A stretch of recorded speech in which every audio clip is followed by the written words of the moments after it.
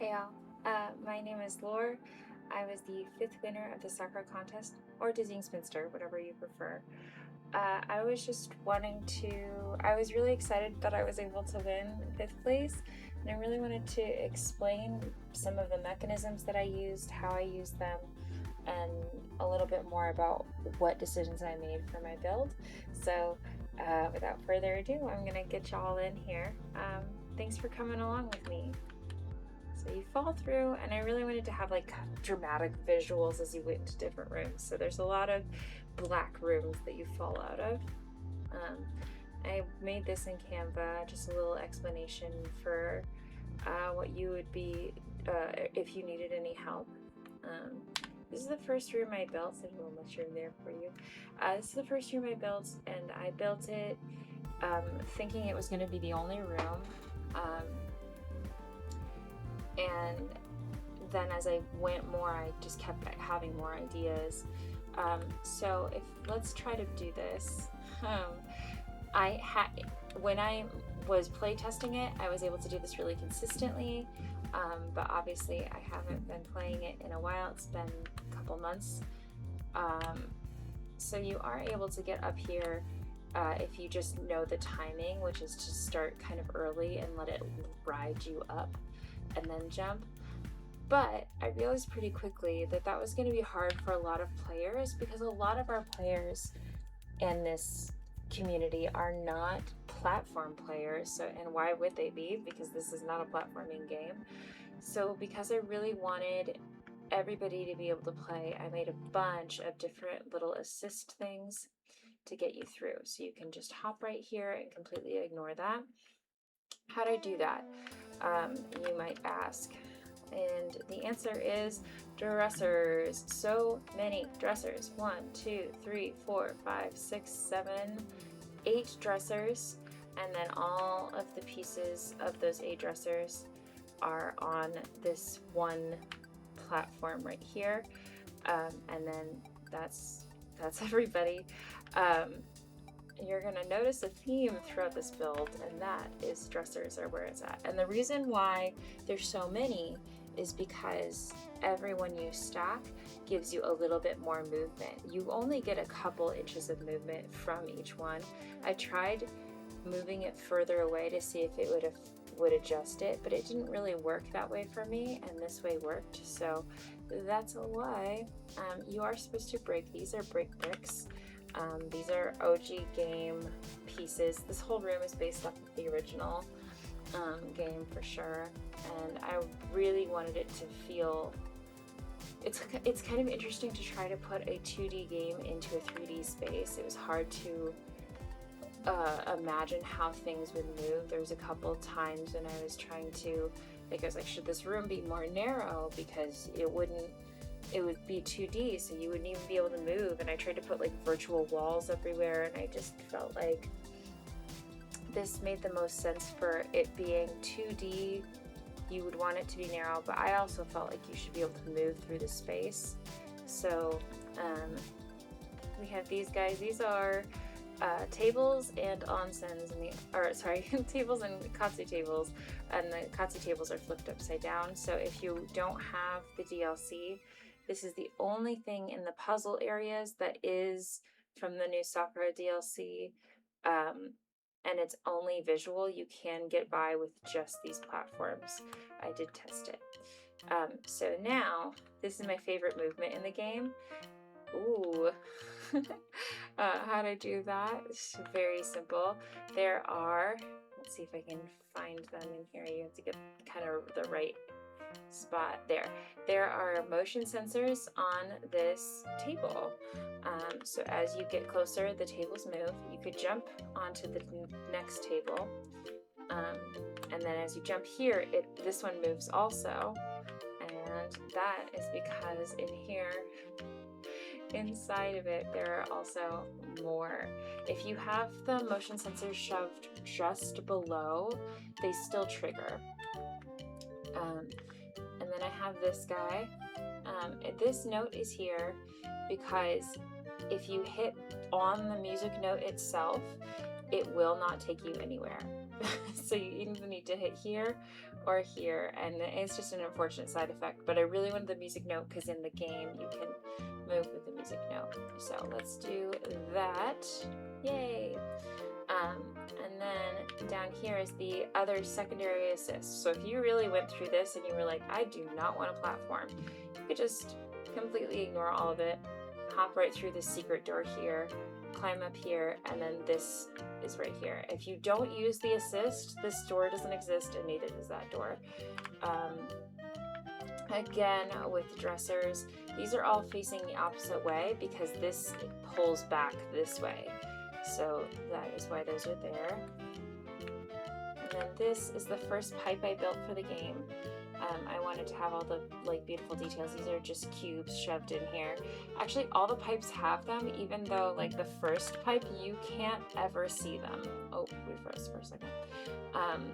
So I spent all this time putting them up here, and then I fell, and I realized you can't see them at all, but they're there, I promise.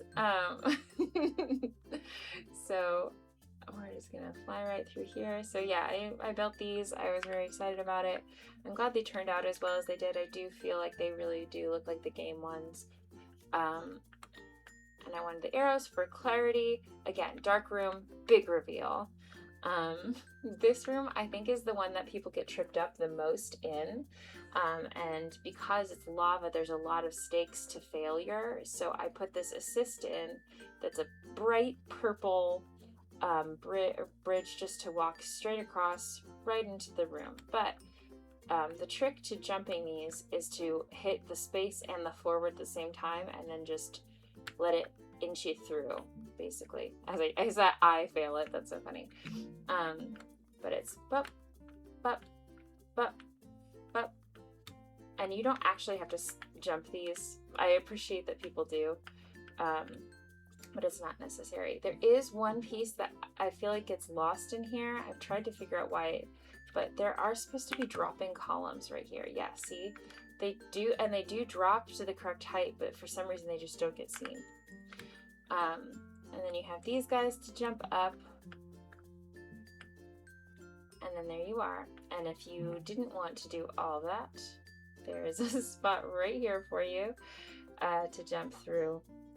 Okay. And then you see all these beautiful rotating things. They look really random. All these are different posters on merry-go-rounds in another area. And some are further away, so they look like they're going faster, and some are closer, and some are going opposite directions. So I'm going to just show you where those are because it was a pain to get them here. So we're just going to fly through the back rooms, and here we are. These are all of those that you saw just now. Also, one of them, the only one is on a motion sensor that drops it down, so it moves as you walk through the room, so it does look a little bit more random. But yeah, some of them are going this way, some of them are going that way, so it really adds to the randomness of it visually. And that was the hope. I didn't want it to look like they were circles, but if you do track them, you will see that they are. If you were to follow one, there he goes. So that is how that was done. Oh, these coins are also all on merry-go-rounds. Every single coin you see is on a merry-go-round. Usually they're on individual merry-go-rounds in the same spot. So there's just, I think there's 52 coins. There's 52 merry-go-rounds hiding under here. These dressers were for this door that works the exact same way as the one in the other room. And then this was my favorite room to design because a lot of the pieces of it were done by, they're more atmospheric pieces. Like we have the crates, the ship, and in order to get back up here, you jump on the crates and then you are able to jump on the umbrella. And then the umbrellas are your platforms. I really liked doing that. I thought that was really fun. And I also like using these gates here. This gate is your assist for this room, because this platform is a little tricky. You gotta kind of wait on it and let it take you across, and then you get across. And so this was just the easier solution. So how are we doing all that? The platforms that you saw are infinitely harder than you think they are. It took me about a day and a half to figure this out, but I basically had to make a gyroscope. So what you do is you put one, hold on, I'm gonna get my little guys for this.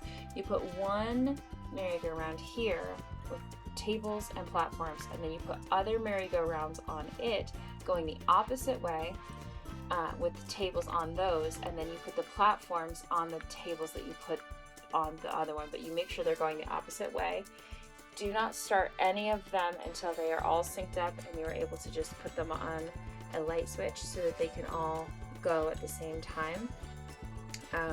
Because if you don't do that, then it'll be uneven, it'll start spinning in weird ways. So in order to get it to lay flat, you're going to need to do one this way and then one this way so that they're spinning at the same rate in opposite directions. And that was fun to figure out. Once I figured it out, it went pretty smoothly, but getting that brain working was tricky.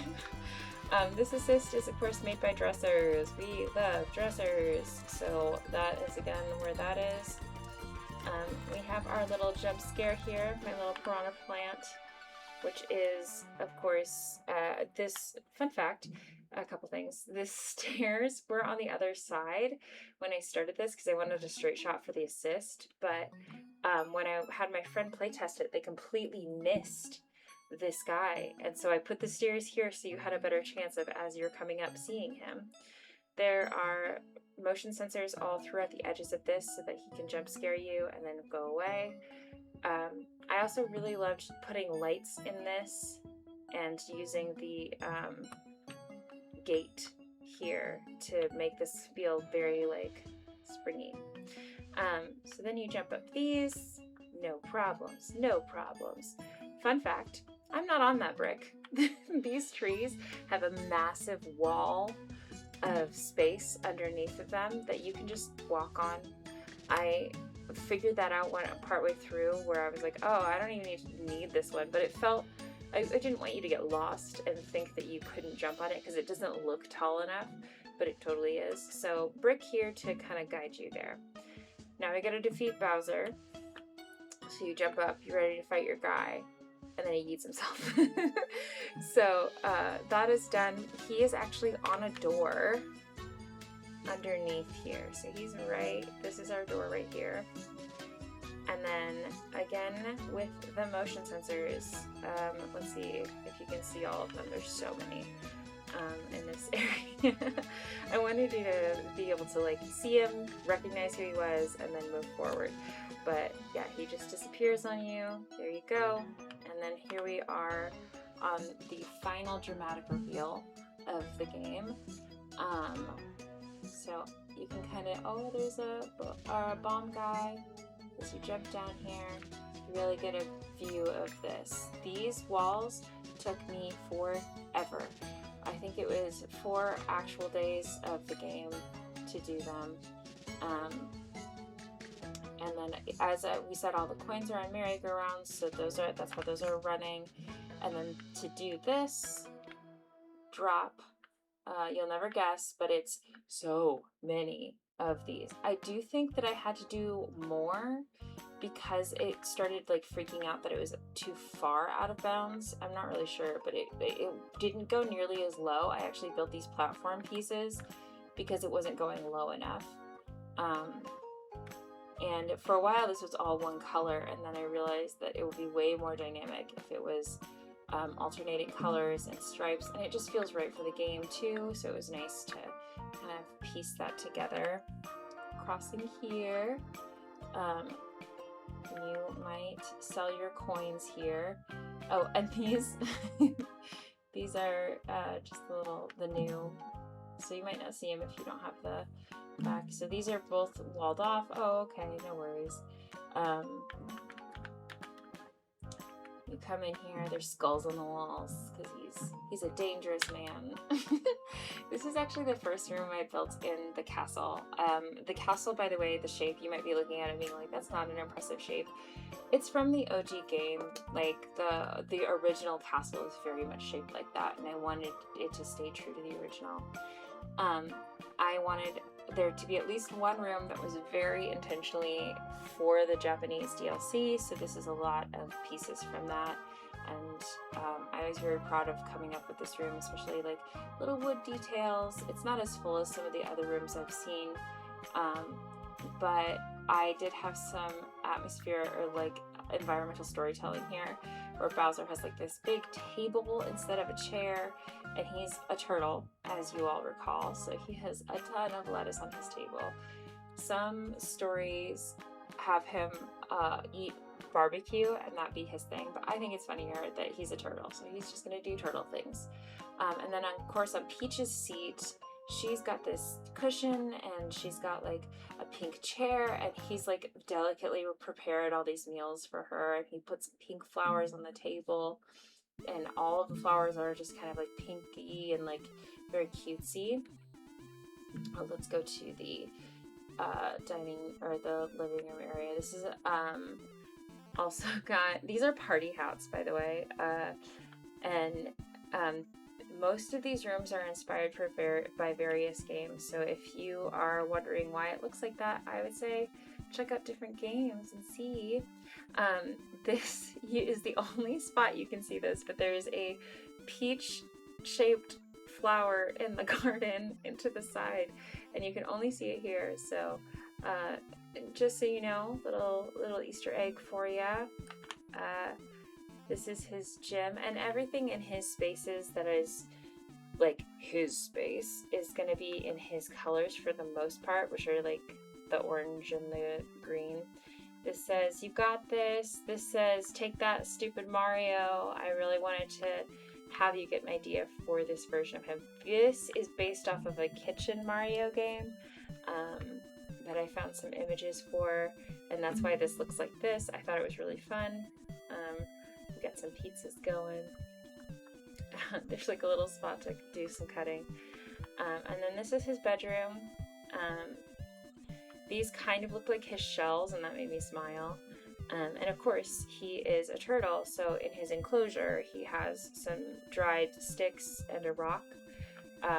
There's more of that spiked detail here. He's got a little turtle on his bed. He's got cleaning for dummies, or cleaning for beginners. He's got some stuff for Peach in case she decides that she's interested. Don't forget to give Peach the flower so she'll think you're nice. Bowser to Bowser. And then key to see Peach. Do not leave it with her. I was very happy making these signs because it makes him a little dopey in a way that I really appreciated. So now we're in his changing room. These are all based off of different video games for his shells. These are individually placed party hats on a coffee table on a fountain to get that look.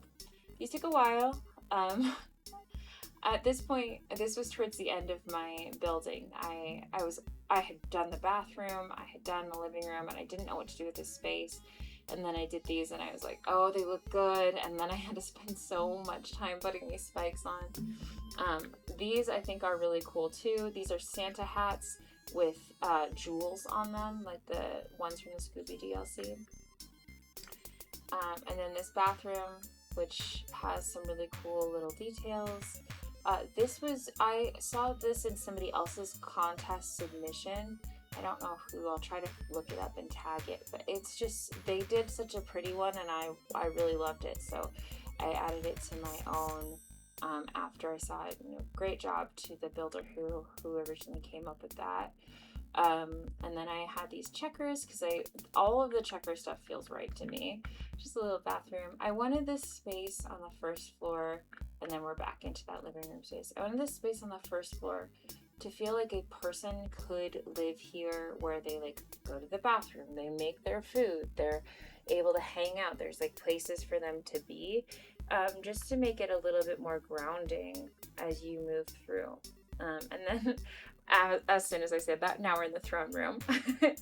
um, this was the first not Sakura DLC thing that was built that really like lined up everything for me so that I knew how I wanted to build this space. So we've got the gate here. These are transition strips. These are party hats.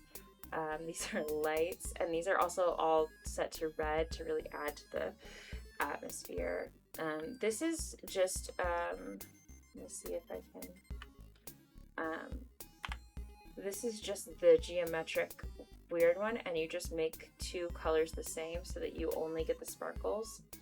And then this is also a diamond shaped, instead of it being just the plane, and then transition strips lining each of the diamond shapes, and in the center a brooch. Over this way we have a Mario and Luigi hat and a hammer.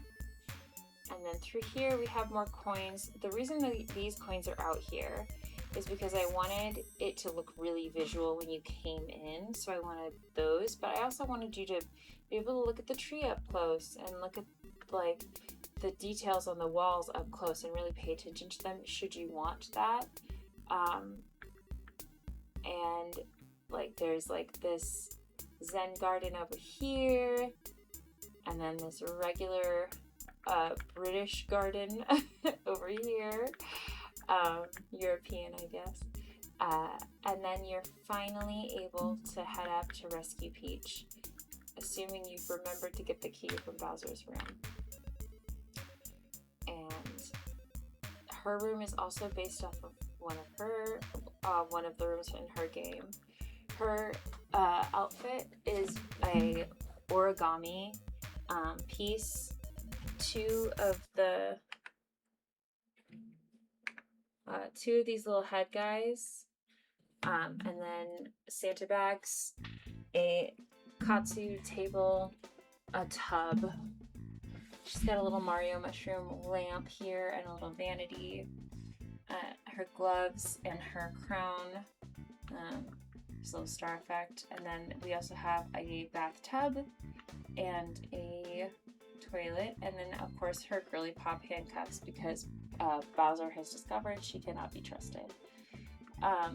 By far the thing that took me the longest was these walls. I had to study how to do pixelation, so if anyone ever wants to learn how to do it, I will talk to you about it. I'm happy to do so because it did take me a while. So I really hope that you enjoyed looking at the build and that maybe you learned something valuable for how you want to do movement pieces in the future, or if you have any ideas from this. I would really be happy if we all are able to help each other become better builders. So thank you so much for your time. I hope you had a great time, and I hope you end up playing it so I can hear how you did. You have a great rest of your day. Thank you.